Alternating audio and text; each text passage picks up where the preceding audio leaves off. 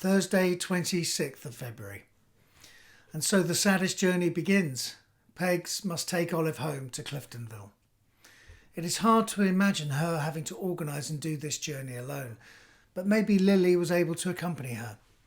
A hearse takes Olive's coffin from the school and across Paris to the Gare du Nord. Then it goes on to a train for Calais. From there, it is transferred onto the steamboat bound for Dover. Meanwhile, the death certificate is recorded in Paris at 1 p.m.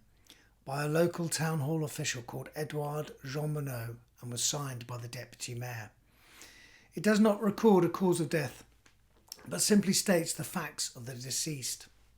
It reads, on the 25th of February 1914 at 4:45 p.m, Olive Hilda Higgins, born in New Cross, London, England, on the 10th of November 1897, a student and the daughter of Thomas Richard Higgins and of Martha Emma Jones, who lived with her parents in Margate, England, died at her residence at 61B Rue de Notre Dames des Champs, recorded on the 26th of February at 1 p.m. Back in Cliftonville, the news of Olive's death had shocked the town. The family were well known in the area and across Margate. Olive was a popular local figure and people had been aware of her illness.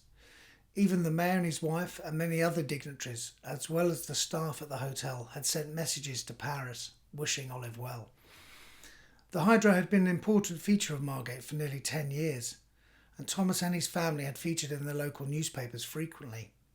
They were in fact two weekly newspapers, the Thanet Times and the Gazette. I researched more than 2,000 editions of those newspapers across 20 years to chart the history of the family and the hotel. So it was not unexpected for Thomas Higgins to speak with a reporter from the Thanet Times on that Thursday. He outlined the drama that had occurred in Paris during the past days.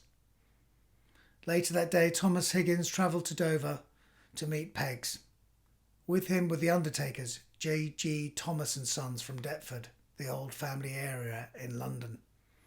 They had overseen the arrangements for the funeral of Thomas's wife Martha, Olive's mum, who had died only 3 years earlier, aged 47. So Thomas, Pegs and Olive travelled back from Dover to Cliftonville. With Pegs is Olive's precious diary, which she'd been looking after during those dark days. In fact, towards the front of the diary, in the preliminary pages, Pegs had been delicately marking the days in the calendar since Olive's diary had first fallen silent. The tiniest and faintest of ticks in pencil belie the heartbreak of the tragedy that had just unfolded in Paris.